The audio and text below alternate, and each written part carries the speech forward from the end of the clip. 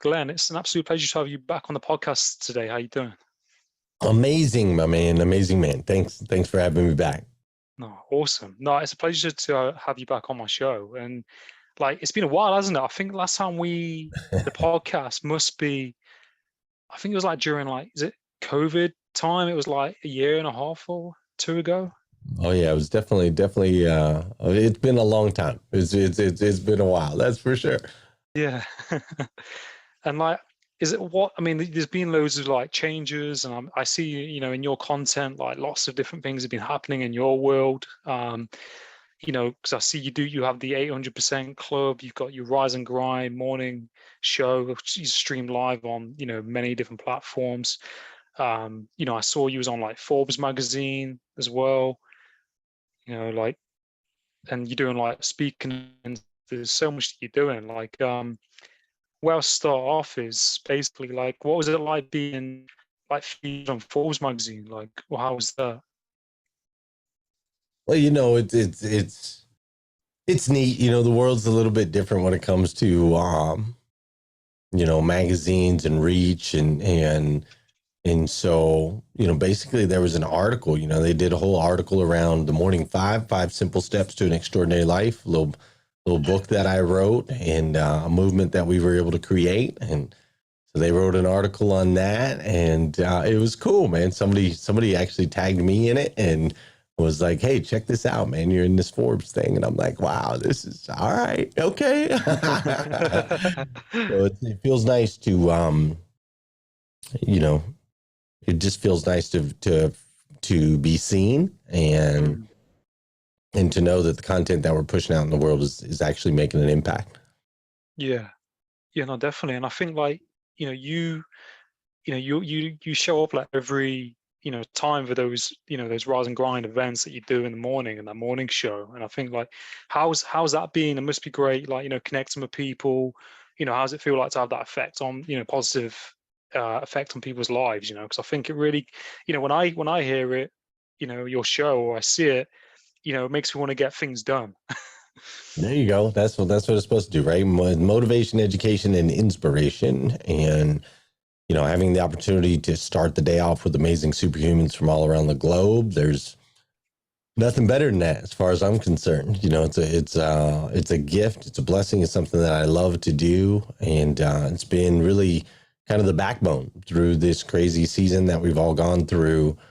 To have that one safe space where we're able to come together every single day, and I recognize a lot of the names and the faces there, and they all recognize me, and it's the one constant, consistent thing that has existed in our world, in my world, over the last couple of years. It's been awesome.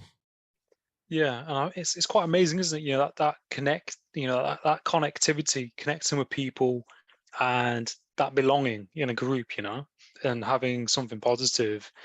People, I think during COVID really needed that to be connected to other people, and I think even now, and more than ever.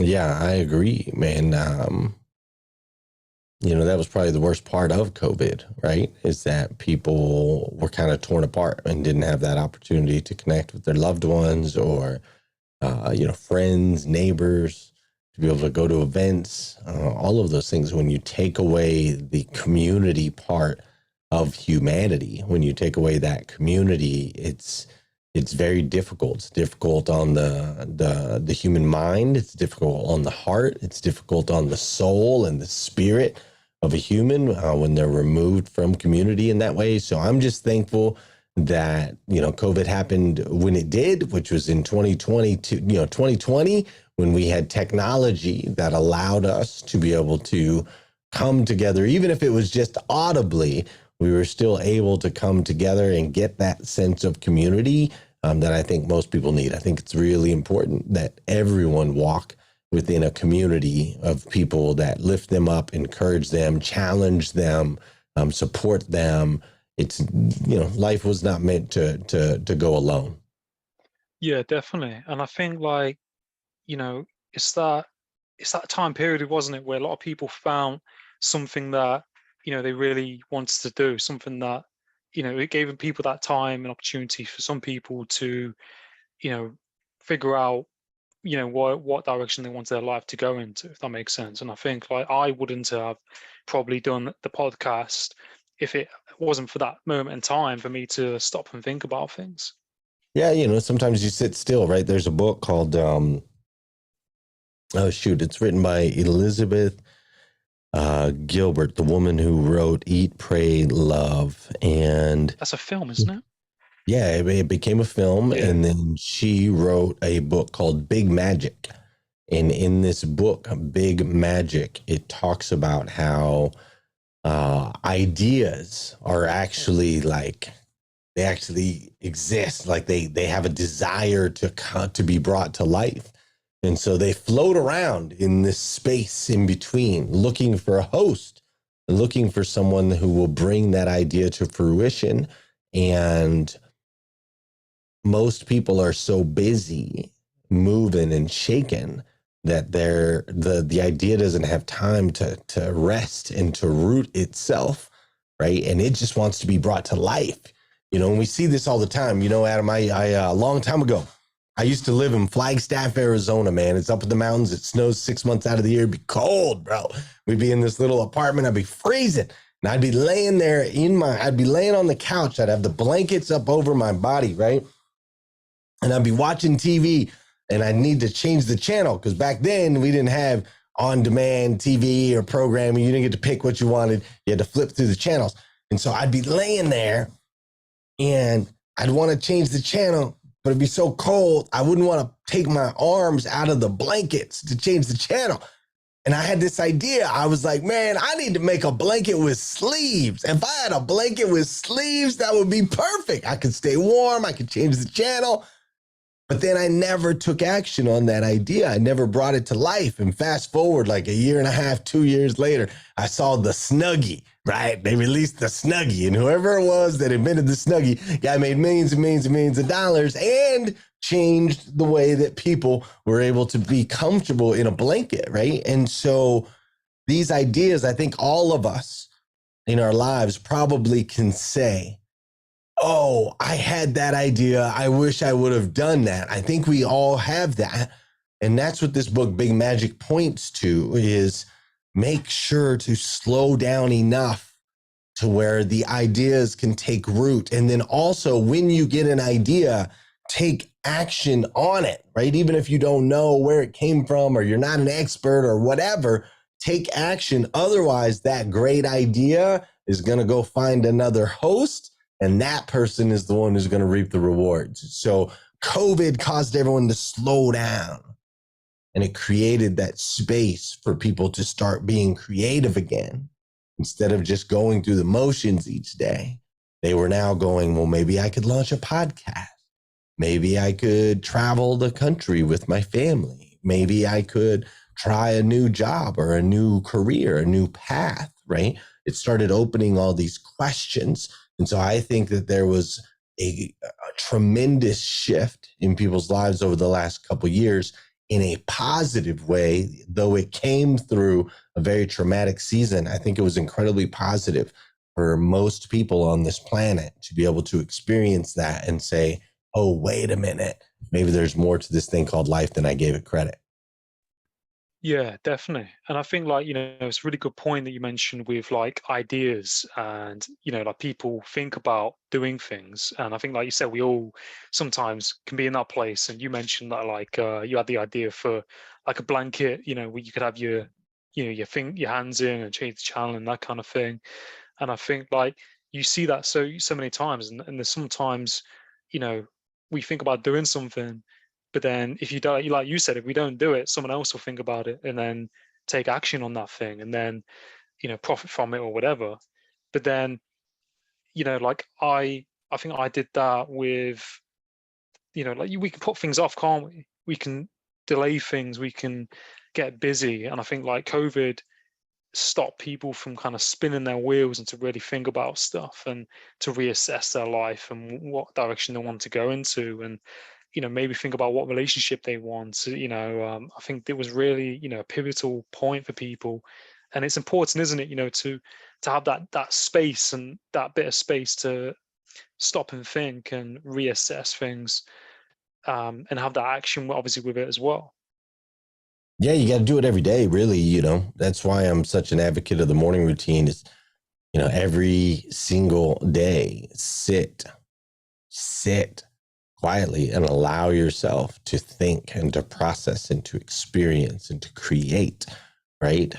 It's crucial to the foundation of living a purposeful life is that you find the space to think. Too many people don't think. They're letting the media think for them. They're letting their parents think for them. They're letting their boss think for them. And they just get out of the habit of thinking, right? Media, TV, TikTok's now averaging 93 minutes a day.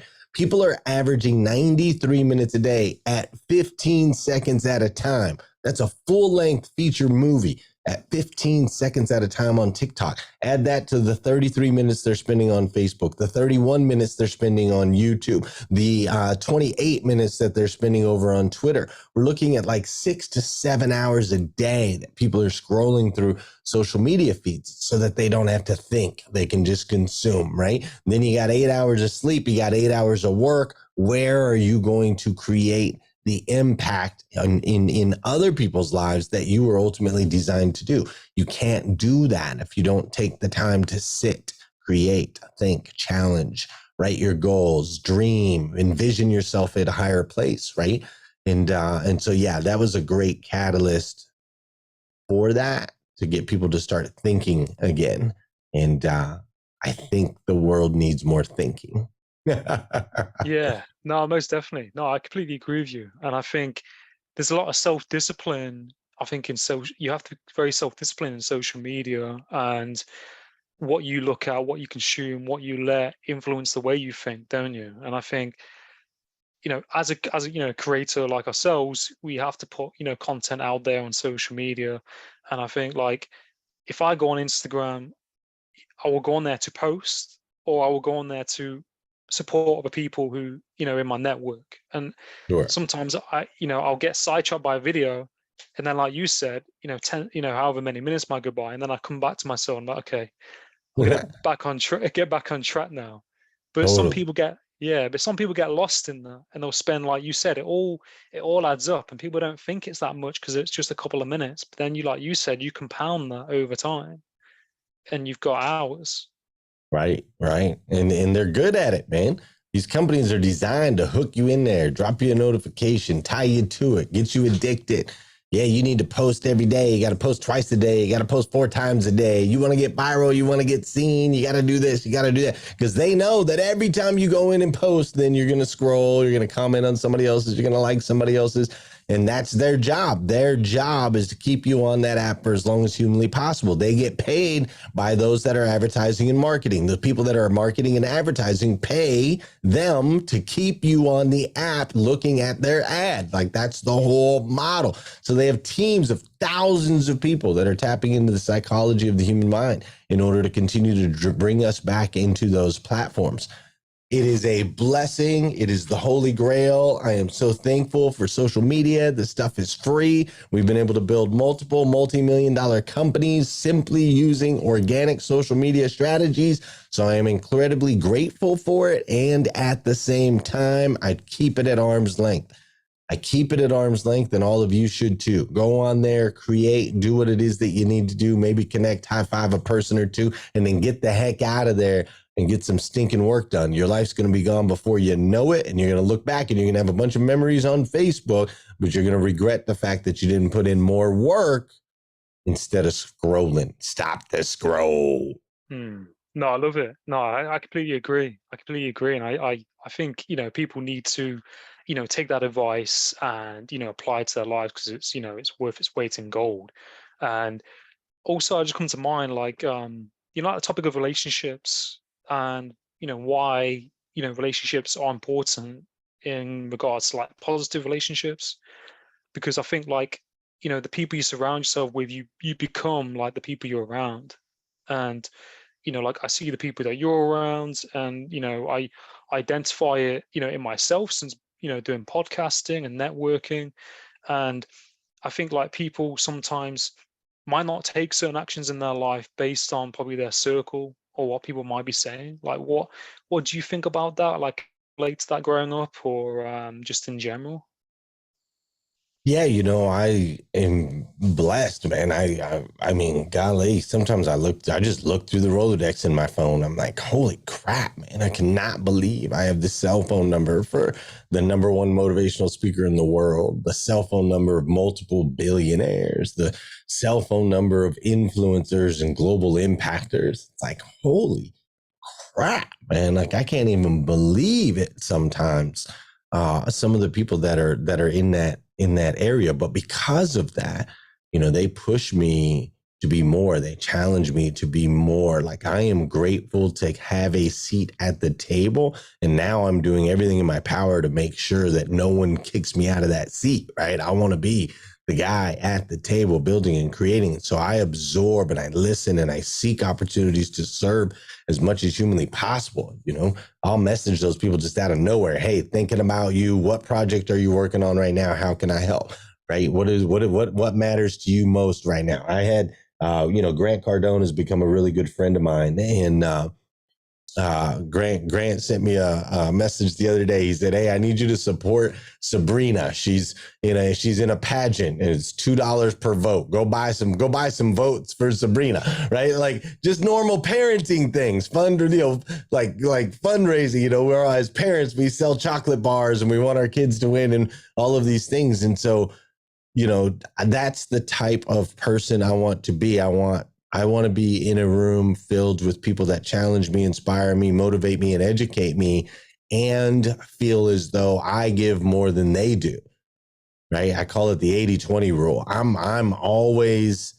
will always be the guy who gives 80. That's it. I'll always be the guy who gives 80. If you and I are in a 100% relationship, I'm going to give you 80%. You give me 20%. That's always what I'm seeking. But what's super cool about that, Adam, is when you get in the right rooms, you'll find that other people in that room are also 80-20 people. So they want to give 80 and only take 20. And when you get two people in a relationship that both want to give 80%, they're constantly serving one another, and it makes for really powerful, strong bonds that you can't get when that relationship's offset. And so getting around the right people, serving those people as best you can, it's been a game changer in my life. It's the way the world works.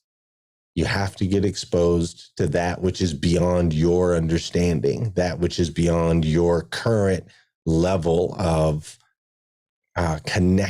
connectedness to the world around you, to the universe around you, right? You have to get around people that will expose you. This is why traveling is so important. This is why going to conferences and meetings and hookups and masterminds and all of these things are so important. This is why community, like we talked about, is so important. There are literally parts, science has proven there are parts of your brain that will not activate until you get into an environment it's never been in before. So if you don't travel, dude, you're leaving parts of your brain dormant your entire life. And who knows what's locked up in those parts of your brain, right? So get around people that don't look like you, don't walk like you, don't talk like you, don't think like you, and you will grow and expand in the process. No, most definitely. I think that's really, really powerful what you said, and I totally believe, what you just said. And I think, like you said, being around people and being around the right people in that 80-20, giving more. And, like some people have really high expectations and, for themselves. And, if you're giving, then, it's going to work both ways, isn't it? And people will pick up on that, won't they? If, someone's thinking more about themselves and they're wanting it, the other way, then it won't happen. Like you have to give more and be genuine and have that giving that value to other people, and it will come back to you. And like you said, you made really great friends along the way. And even if people are both giving say 80 aside, it will even work, loads as well. So, but like you said, like going in different experiences and traveling and talking to different people, I think that's one of the things. Like, have you found that with podcasting, talking to people, you learn a lot about yourself, just listen to other people? Yeah, man, podcasting is cool, right? Like what a cool way to connect, to learn, to experience. Like it's a game changer, you know. And when you have your own podcast, it's also an opportunity to add value into other people's lives. So if there's somebody like a Glenn Lundy who's got a message he wants to get out, and somebody like Adam says, hey man, I put this podcast together and I'm going to get your message out to some people, you now become more valuable, right? Your value to the marketplace increases because you have a platform, you have a stage, you have a place for us to share. And so you also have your own inspiring messages that you want to share with the world. So I think podcasting is the greatest tool to easily add value into people's lives that you might not be able to build a relationship with if you don't have a podcast or a platform. And I only say that because, you know, there's 7.3 billion people in the world. You're not going to meet them all. You're not going to run into all of them at the grocery store.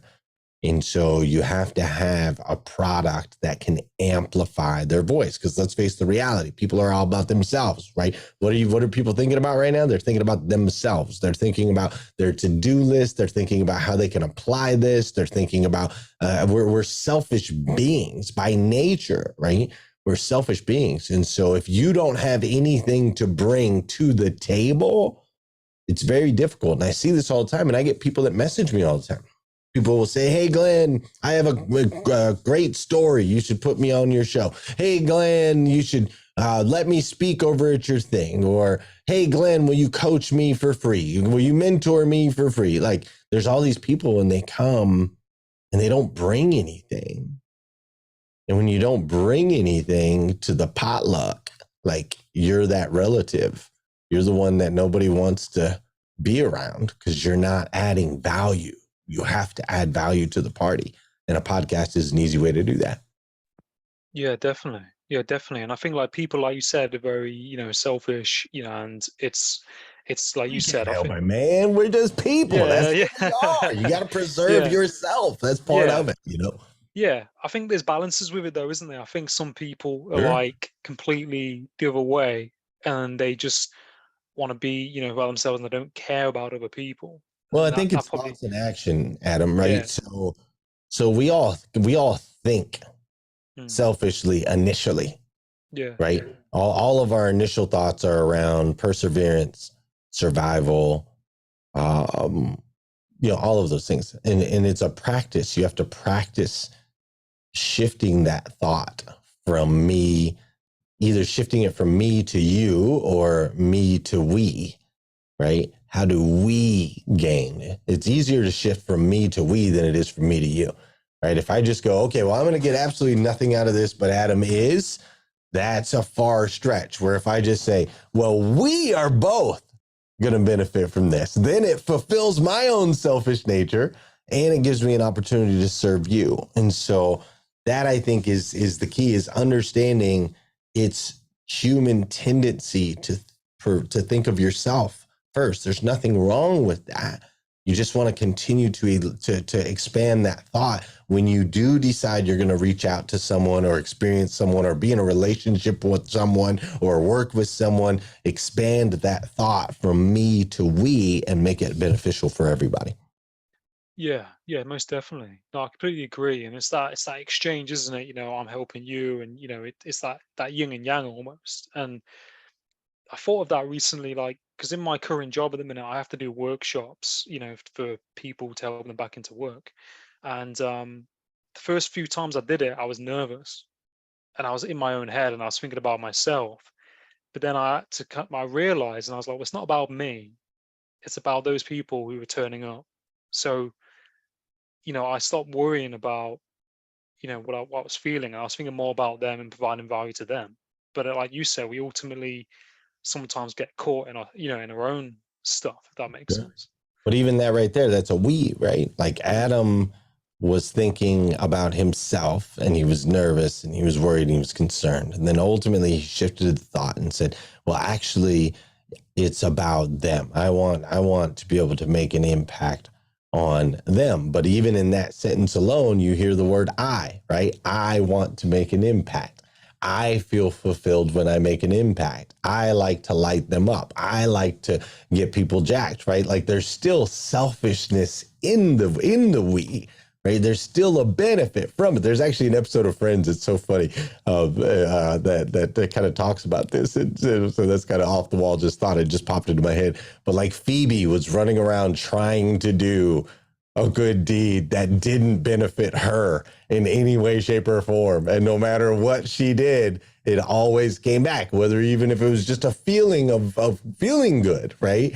And so I think that a lot of people, Adam, will say, all I care about is them. I'm here to serve them. It's all about them. But I think if we tell the truth is most of our actions are selfishly motivated, and that's okay. As long as we can recognize it, be aware of it, and just shift from me to we. Where we get in trouble is when it's all about you and there's no we and it's just me. But when we can shift me to we can give ourselves permission to make moves that benefit us as well as others. Yeah, no, most definitely. It's quite deep, isn't it? Because I think a lot of people don't think about that, and they don't take a step back out of that box and look at those things. I think Yeah. it's really important people do. And like I was thinking, like as well, I remember it's always stuck in my head. The first time we met, you used the analogy of being like a caterpillar, going into that cocoon, and turning into that butterfly, and seeing other parts of the world that you wouldn't see being that caterpillar. Right. You didn't even know existed. Yeah. Yeah. And that's always stuck with me. And when I've in the time since we last spoke, when I spoke with you, I was unemployed and I was just kind of working on my podcast, which I still do. And that helped me to get like a job as an employment coach, getting people into work.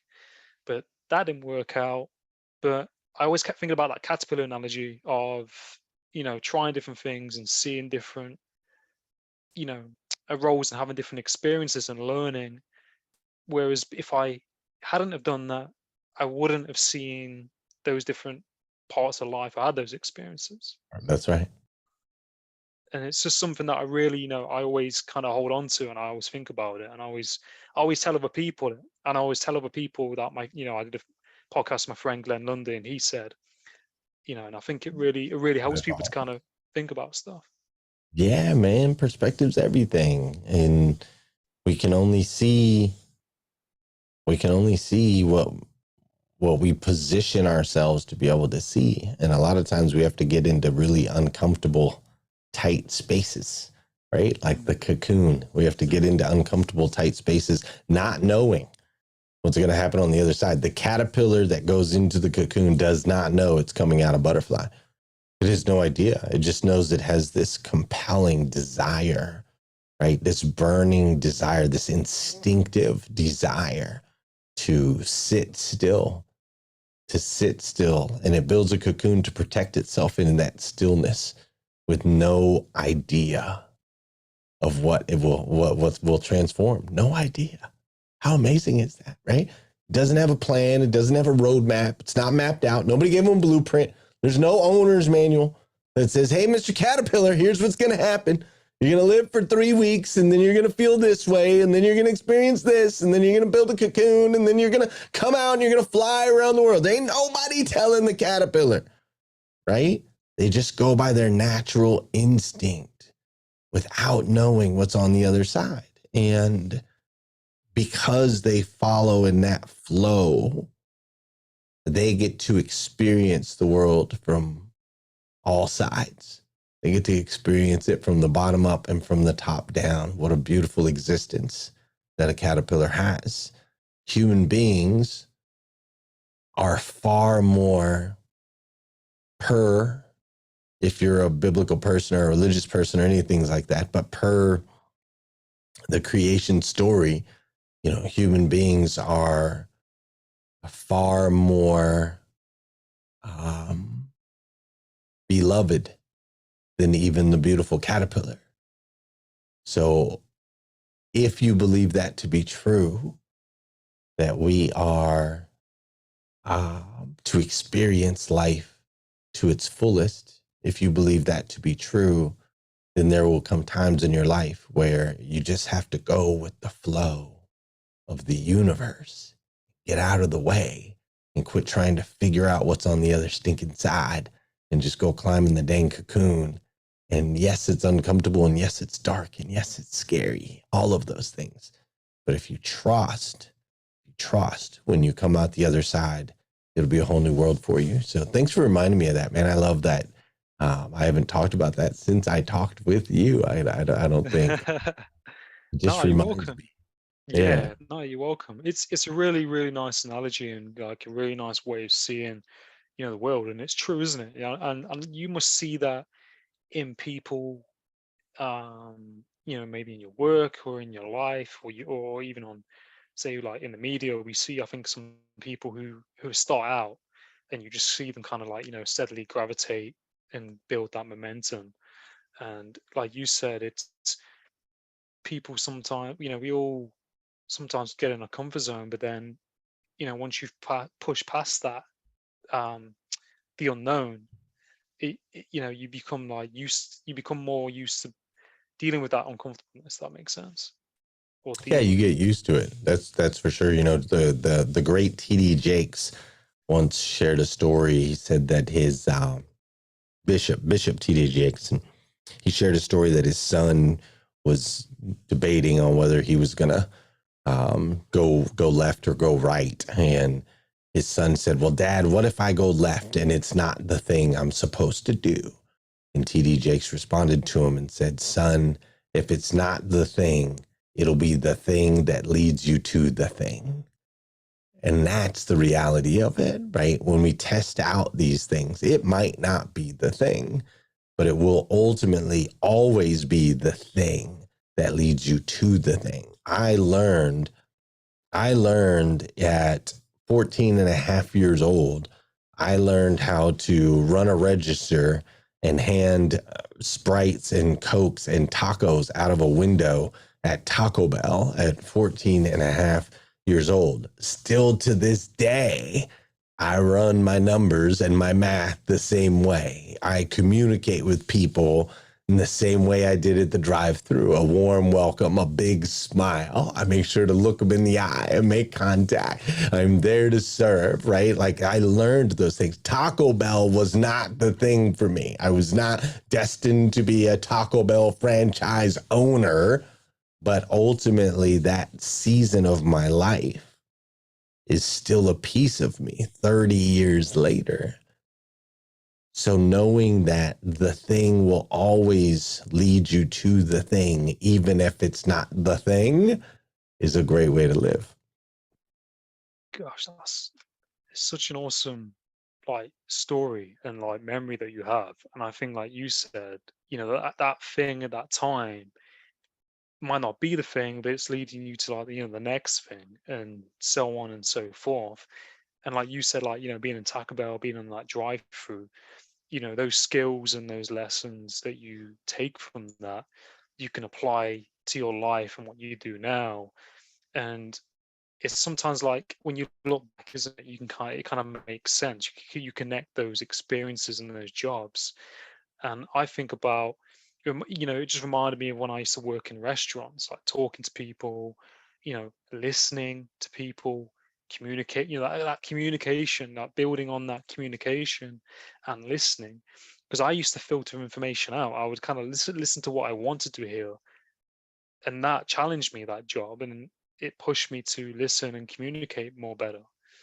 And it's looking back, it's kind of, as well, dealing with pressure, can being uncomfortable, um, setting, meeting, expectations. It's all of these different things, isn't it? And like what you said in your work and serving other people, there's something about serving other people and being of service, which is really important, important life skills. Oh yeah, and it's you might go work at a job and you get fired and you're like, "Dang, that sucks. Can't believe I got fired." That was the thing, right? And I can't believe the way they fired me. And then fast forward 20 years, you own your own company And now you're in a position where you've got to fire people. And you remember that when you got fired 20 years later, you remember how it felt and you remember how they did it and you remember that it sucked. So you're like, you know what? I'm not going to be that person. I'm not going to fire somebody the way I got fired, right? Instead, I'm going to do it this way, X, Y, Z, whatever that solution is. And so even in a situation where you get fired or the first time you quit your job, maybe you had to learn how to quit that job so that you could keep people from quitting on you later, right? We never know exactly what's on the other side of that experience, but ultimately knowing that it all leads to the greater experience that you can have here on life, just that knowing makes those uncomfortable times a little more palatable. Yeah, definitely. And I think, like you said, it's we think the world has ended when you get fired. You think there's nothing else on the other side. We are so fickle, man. Human uh, beings. We're so, yeah. it's too hot. It's too cold. I remember she broke my heart. He broke my heart. Oh my gosh. It's the end of the world. I lost my job. Like, we're just fickle, man. Yeah. We're weak. That's why you got to train your brain all the time, man, because your brain ultimately is weak. Mm. And I think that's something that we're experiencing in England, like being British. We're like, it's very hot now and humid, and we're saying, oh, it's too hot. But then in the winter time, people are saying, oh, it's too cold. I wish it was summer. And I'm like, which one do you want? Which one? My family, family members say sometimes. I'm like, well, it's sunny, but yeah, it's true. Yeah, But we're just fickle beings, man. That's all. and and like as well, like do you do you have any role models, or like have any role models like growing up, and why they're important, do you think? Yeah, I have quite a few. I mentioned Grant earlier. Grant Cardone's been a role model of mine since I was 19 years old. I've studied everything that he's done for 25 years. I watched the guy sell sales training tapes out of the back of his car. He came from the car business. I come from the car business. He's 20 years older than I am. And my entire career, I studied his stuff, watched his stuff. And so now, thankfully, him and I, are friends. So I can call him, I can text him, I can do those types of things. But more importantly, he's carved a path and he's shown me, literally shown me. I mean, from selling CDs out of the trunk to being worth $5.2 billion. I've been able to watch every step of the way. I've seen his work ethic. I've seen the paths he created, all of those things. And so he's a huge role model of mine because I call him the show your work guy. See, a lot of people will make it, or a lot of people that do make it, they won't show their work. They might tell you a story or two about it, but they don't show their work, right? Grant shows his work. You can go back as far as you want. You can watch. You can watch him create. You can watch him build new things. You can see his entire journey. He filmed it all, man. I'm just like, yes, thank you, right? So he's a huge role model of mine. My wife's a big role model to mine. She's homeschools 7 children. She's full on committed to our family. Like, she has given up anything outside of being a mom. She doesn't care. I've never met anyone more committed to who they are. She knows exactly who she is. She's a mom. She likes to be at home. She likes very small groups of people. She doesn't like to travel. She's very, very fulfilled with her garden, her 10 acres, and a happy husband who travels around the world and does all the things, right? And so she is a role model to me because she's so comfortable in her own skin. That's what I love about her. So yeah, I've got a bunch, man. Right now, you think it's just me sitting in this chair, but it's not. Like, I got Les Brown over on this arm. I got John Maxwell over here. I've got Zig Ziglar. He's hanging out over here in the back. I got words of wisdom from my dad before he passed away over on this side. And of course, my mom's sitting over here whispering in my ear right now, making sure I'm polite and all the other things. Like, there's so many people that have helped create and continue to help create the man that I am today. And I know that'll continue to be the path moving forward. No, I love that. I love that. And I think, it's so important to have role models, isn't it? And it gives you that guidance. And people, it's not always people we see on TV. It's people who are in our family and people who are close to us, and why role models are important. And I think like that's what I sometimes, or what I learned during COVID, trying to find role models. And like I consider you to be one of my role models. Thanks, I Adam. I mean it. And people I've done podcasts with, doing amazing work, people in my family. And it it kind of, you kind of mold and take something in a positive way from that, don't you? And I think it's really, really important. And it's incredible your wife looks after your kids, 7 kids. That's incredible. Amazing, Yeah, right? congrats. Yeah. And I was just thinking, like, to like round up as well, like, have you been reading any books recently? I always ask people if they've been reading any favorite books or anything like that. I know you're very busy, but is there any books that stand out for you? Yeah, I read all the time, man. Right now I'm reading The Like Switch, Like Switch, The Like Switch. It's a book that I've read before.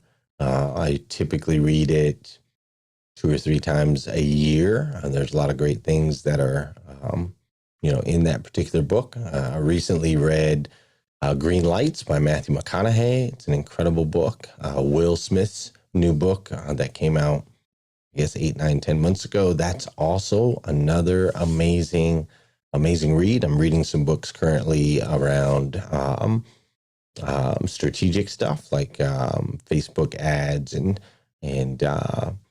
marketing principles and so on and so forth. Scaling your company, going from 7 figures to 8 figures is a new journey.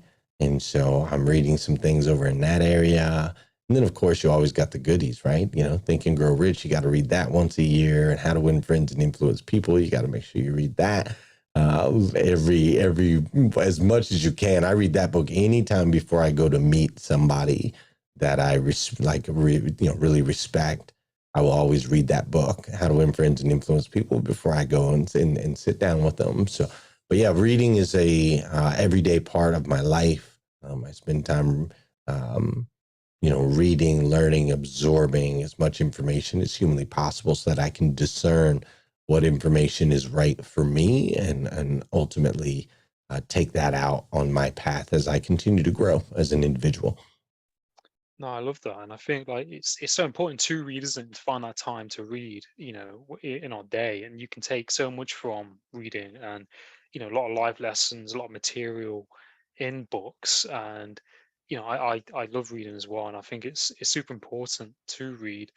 Um, Sometimes I think when if I read, sometimes I'll read in bed. It's probably not the best time to read, and I end up falling asleep after like 10 pages. So I'll Sure. try and do it in the daytime. But yeah, it's super important to read. And there's some really good books. Thank you for sharing them. Yeah, And of course, my man. like also, like, with your, is there anything that you're doing, any projects that you're wanting to promote, or anything that's ongoing, or where can people find you on social media? Yeah, no, I appreciate that, man. If people go to themorning5.com, that's themorning5, that's the number 5.com. They can connect with me that way, download my free ebook, Morning Five, 5 Simple Steps to an Extraordinary Life.